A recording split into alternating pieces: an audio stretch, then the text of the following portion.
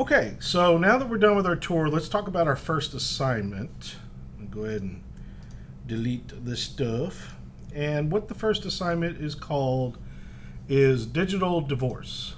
And what we're going to do with digital divorce is just simply remove a person from the middle of a crowd. Now, when you hunt for your picture in Google, let's see here. So I'm going to be like group photo. And I'm going to go to images. And the first thing I'm going to do is go over here to tools and over here to size to large. Now, when you do this, it has to be a photograph. It cannot be an illustration. And you're not supposed to be taking someone from the periphery. Some of you have seen these out in the hall, I'm sure, from last semester. Your goal is to remove a person. Good grief, lots of dings. Okay, you're supposed to remove a person from the middle. Like, if you were to choose this image, he doesn't count because he's going to be way too easy to cut out, and you really don't have to fill anything in but some mountains behind him. No, that's a cop-out, and you know it. Taking this guy out or taking the center woman out, that's a little bit more of a challenge. And I would like you to challenge yourself. So how do you even begin going about this? Well, I'm going to, and some of these are very boring, but let's see. Something like this. Oh, how precious is wonderful, this is slowly getting higher resolution. If you were to just remove this young lady, well, that would be fine because you also have to scoot these two over. We can't just leave an obvious gap. Then you're going to notice that something is missing. Silhouettes, no good, and this is an illustration anyway, so that's a big no-no. So there are lots of obvious options. You have tons and tons and tons of options. Some warnings, something like this. Okay, well that's great, but when you're looking for an image and you're deciding I'm going to cut out a person, you have to ask yourself, what am I going to have to replace? If you were to remove this young lady here, you're going to have to replace a suit, pants, an arm, a hand, some more pants, even on a white background, which I would prefer you don't use one on a white background. You're going to have some difficulties, and you're going to have to think. You're going to have to be creative with your thinking. How do I do that? Now, something like this, which is obviously a stock staged photo, a lot of people would think, well, I'll just cut out this person and get rid of this. I'll leave the piñata. No, that's way too easy, and you're still going to have to put a new arm on this woman here. Well, what if I take him out? That's not too bad, but then you still got to build an arm, and you're going to have to rebuild her shirt, and you're going to have to scoot these two over, which means you're going to have to do some architecture with the brick pattern in the background, the doors. You need to be aware of everything that's in the image. Now, you see a lot of these silly things like this. I will say that camera or photography with a shallow depth of field, you see how the background's very blurry? Believe it or not, that's actually going to be to your advantage, because it's a lot of visual BS. As long as you can kind of continue that design and that blurred look, cloning and things like that, you should be fine. But you're going to have to be very aware if they're posing in front of a brick pattern or a wood pattern or some forest. You know, forests you can usually get away with quite a bit. They work pretty well. You know, but when you deal with landscapes, fencing, gardens, like this one up here is a very common one for people to choose. And a lot of people choose this one. It's a large photo, very clear, but you can't take him out because that's too easy. You really shouldn't just take him out, and then you'd have to scoot her over and things would be weird. But whomever you take out of this photo, whether it's a peripheral guy, center guy, girl, this girl, whatever, look behind them. If you remove this young lady, you have building architecture. I shouldn't be zooming. I don't think that works on this video. But you have building architecture. You have sidewalks. You have different plants. Now, one good thing about this is this corporate place here, or this college campus, or whatever it is, this little seated area, this little garden area, has so many different varieties of plant life in it that you could almost BS and rebuild it. Some people, we had this issue with a student named Grace, they got lucky. She chose wedding photography, and it was watermarked. There was a little signature in the corner, and she needed a piece that wasn't available in her first image, and was like, oh my God, what am I going to do? Well, we went to that photographer's website and we found the rest of that wedding's photos. And sure enough, the tree trunk that she was looking for was in another photo. So sometimes you can harvest from other photos, because especially on things like weddings or any kind of series that was shot the same time, the same day, same location, same lighting, same weather, same clothing, you're in luck. Something like this, it's almost too much, and again, it's almost a little too easy. But let's say you took out, any one of the middle row people. Remember, there are people behind them, and they're going to leave a hole when you take them out. You're going to have to either grab another group of people and shove them over the hole, but then if you do that, you're going to leave a hole with them, and you're going to have to rebuild whole humans, shirts, pants, everything. And that takes a little more complexity.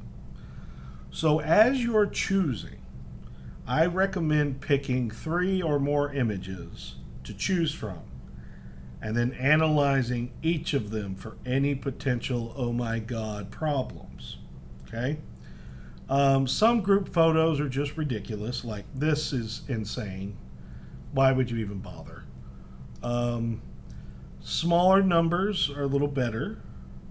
You do have things to think about. This, don't count. Nobody's touching. In fact, when this photo was made, none of these people were in the same room at the same time. This is a composite. Let's see here. Unique angles like this. It's a very cool picture, but actually this one might be a doable one. You do have some trees and you have white sky, but you do have to watch. You'll notice that the sunlight is right here. You can see where it flared over this gentleman's face, and so you'd have to be kind of careful. No black and whites. These don't count. And in fact, this is a giant composite as well. None of those people were in the same room either. Most of your group celebrity photos you see on the cover of magazines are totally composited. Those people weren't anywhere near each other when they were photographed. Let's see. So group photos in general are ludicrous. So let's see if things like this, obviously people be like, oh, that'll be easy. I'll just get rid of her. No, that's unacceptable. And one of the things you're going to have to do for me before you even begin this project is send me the photo that you've chosen and identify the individual you're going to attempt to remove. So that will put the kibosh on any ideas you might have. So let's see here. Okay, this is Blue Man Group photo. And we could take him out. I think we got a shoe. We got some gearboxes. Yeah, I think I'm going to use this one. So I'm going to open the image in a new tab. I don't grab the preview. I don't grab this thumbnail preview. See how much bigger this is? And now I'm going to save that image. Okay. All right, so I've got my image. File open. Blue Man Groupie. All right. Now, the one thing that I didn't really take into consideration, but actually could be of some help to me, is the fact that this was taken with a fisheye lens. So there's a severe distortion. But that could work in my favor because it's not perfect, because it is this morphic version of itself. It could work better for me. Okay? So the first thing I'm going to do before doing anything is I'm going to make a duplicate of the background.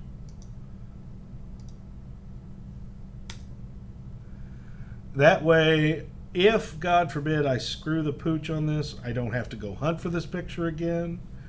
It is saved. I have the original, and so on. So I'm going to just turn the background off for now. And I need to start basically by cutting this gentleman out of this photograph.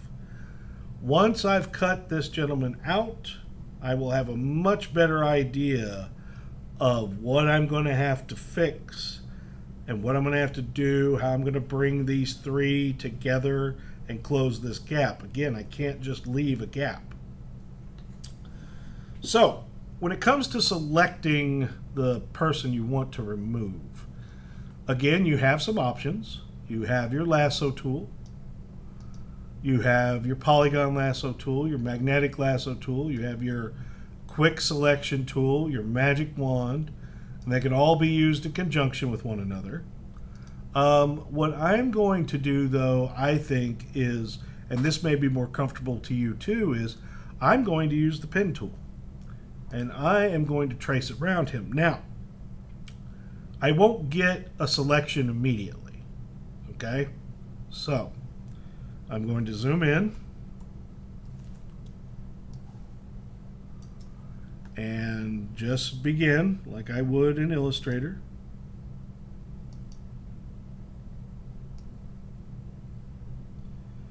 And I want to make sure I get his beard, so I'm going to come off into that a little bit.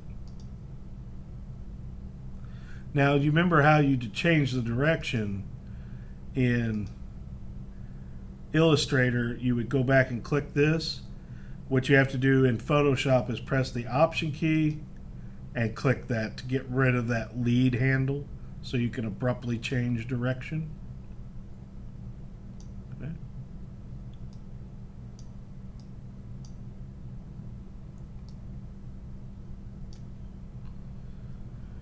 Press the Option Alt key to change the direction.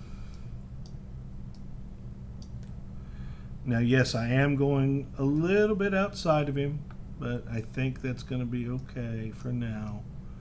Simply because of this white canopy. We got some hair sprigs here. I'm just going to jump over those hair sprigs a little bit. Option Alt key to change direction. Option Alt key to change direction.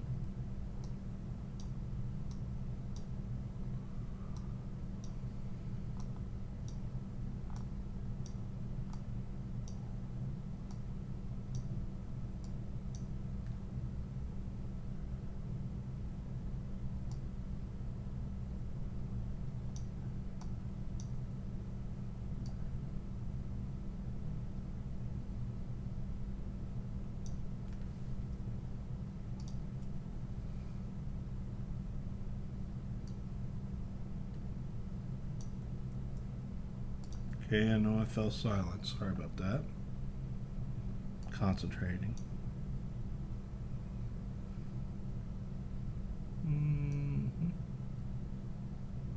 Probably good. And he's got a silly little drumstick. Okay.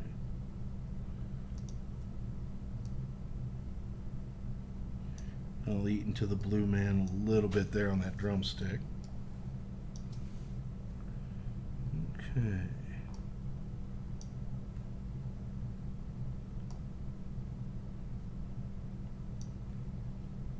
His arm goes back into this background here, getting into that sweatshirt that the blue man's wearing.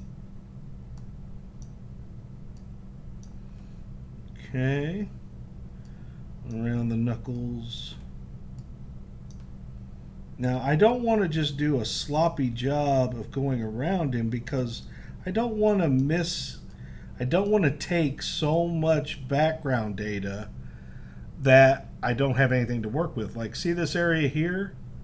I really want to keep that. I don't want to have to remake that hinge and those screw heads. So I'll have to add to this selection after I finish going around the perimeter here. So as you're zoomed in and tracing around the figure you were hoping to remove, you're going to see things and be like, oh boy, I'm going to have to fix that. I'm going to have to change that. I'm going to have to do something with that. So I'm not trying to eat like a whole chunk of the background. Don't eat more than you necessarily have to. You don't want to be too close, but at the same time, you don't want to lose critical image data that could come in handy to fill these gaps. See, like I got this shoe thing here, and that's going to be interesting. I'm going to have to finish a shoe or hide it behind something or something like that. All right, I get down here, over here, back up the leg, around that, around that, around that, up here. Wrinkles in the pants. Alright, so I know this is tedious. You ought to be the one doing it. Oh, that's right, you will be soon. So let's see here. Swing around that. Alt option. Change directions. It's probably too far. Let's try that. There. Okay. The other reason of keeping another version of the background that is untouched is if you think you've got an idea and you've worked on it and things have gone awry, hey, that arm that is unsalvageable, that was too far. That arm that was unsalvageable, you still got it. It's just on the original now. So you can go back and not cut something, but just copy something off the original to get you out of your troubled spot. Oh, yeah, this is the long, tedious part. Once you get a hole made, it's not too bad because then it's all about building and restructuring. Too much of that glove. Don't mind about the black sweatshirt so much. Alright, here we get a big arc. And give him that Popeye forearm. And then up the drumstick. Uh-oh. Got a kink there. Crap.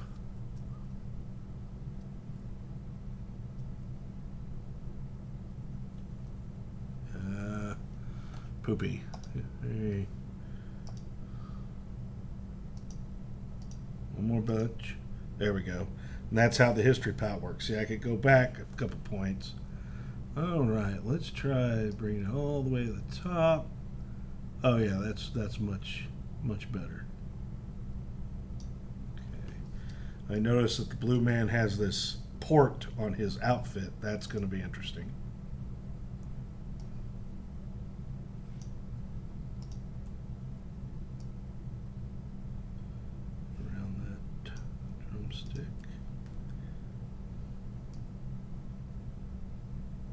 Don't mind eating so much of that black simply because that's going to be easy to ricochet and recreate.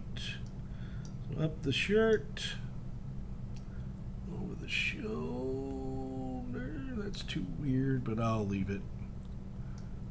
Alright, I shouldn't have joined it there. Ha! Let me go back one anchor point. That was too far. There we go. Now we'll go up. Nope, too far.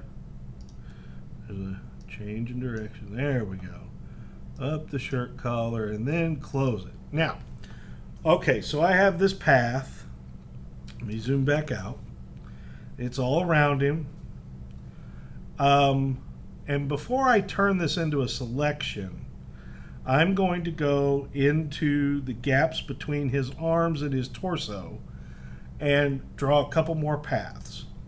I'm going to zoom in, get my pen tool, and again, pen tool, well actually let me not do the pen tool. Let me do a lasso. That way you can see how that works. So I'm going to go around, oops, Command Z, that's your friend, go around his forearm, up his arm, up into the shadow of the sleeve of the shirt, moving in, and done. Got that selected. A little chunky there, and I'm going to hold the shift key to select this other portion. Let's see, it keeps my other selection hot to trot while I'm working on this one. The arm and do. And then I'm going to add a little, I see I cut a little bit too far out on that one. And I cut a little too far in, so now I'm going to switch the option key to deselect. And remember, I'm not on the pen tool right now, I'm on the lasso tool. So I've got these two, and then I've got this path, but you'll notice that the path doesn't have the what they call the marching ants, the marquee dots around. Well, what I have to do now is go over to the path palette, and it says, oh, there's a work path. And what do I want to do with that work path? Well, I use this little drop-down menu, make selection. No feathering, I want it right where I put it. Okay, whoops, forgot something. Click that, make selection. It asked me a couple questions, and I said, I didn't check it. I said new selection or add to selection, subtract or intersect. Well, I want to add this big long thing to the two little guys I just made. So add to existing selection. Let's see if it poops its pants. I don't know why it'd be pooping its pants. So it absorbed those two holes. So instead of selecting them, I actually did it backwards. My mistake. I want to deselect those and leave them. That's why they disappeared. It added it to the core. So what I'm going to do is hold down the option key with my lasso. My mistake. I apologize. Because see, right now, everything inside this dotted line is selected, including these gaps in his armpits. But I want those to stay there. So I need to say, don't select these two.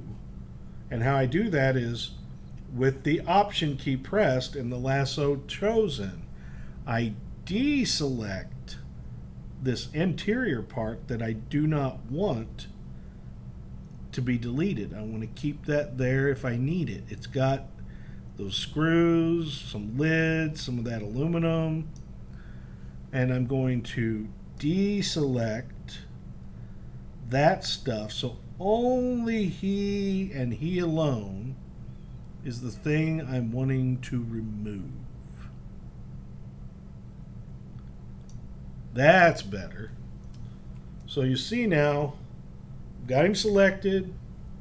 I'm going to copy him, edit, copy. I'm going to cut him, edit, cut. Aha. Go back to my layers, edit, paste, in place, which puts him right back there. Now you'll notice when I pasted him, he popped into his own layer. Well, I can just turn that off. When you're done cutting, this is when the realization hits you, oh boy, I've got a lot of stuff to fix. Okay? So this is the first part of that, and this is how you get started. So when I come back for the next video, it'll be how do you process the crime scene? What are the steps now that you must take to make it seem like that person was never in that photograph at all, ever?